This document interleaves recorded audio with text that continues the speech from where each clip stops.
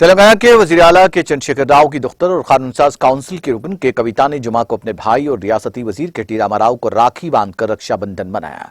तेलंगाना कानून साज काउंसिल के रुकन कविता ने वजीर आला की सरकारी राजगाह प्रगति भवन में अपने भाई को राखी बांधी। उनकी वालिदा शोभा राव KTR के लिए शैलिमा और खानदान के दीगर अफराद मौजूद थे। वजीर बराए सनत इंफॉर्मेशन टेक्नोलॉजी, म्यूनिसिपल एडमिनिस्ट्रेशन और शहरी तरक्की KT रामाराव अभी तक मुकम्मल तौर पर सेहतयाब नहीं हुए हैं, जो गुज़िश्ता माह अपने घर पर गिरने की वजह से टांग की मामूली चोट से मुतासिर हुए। डॉक्टरों ने उन्हें 3 दिन आराम का मशवरा दिया था। दरियासना KTR ने भाई बहन के ताल्लुकात की कुछ पुरानी तस्वीरें शेयर करने के लिए ट्विटर पर डाली। वजीर ने कविता के साथ बचपन की तस्वीर पोस्ट की। उन्होंने रक्षाबंधन मनाते हुए अपनी बेटी और बेटे की एक पुरानी तस्वीर भी शेयर की।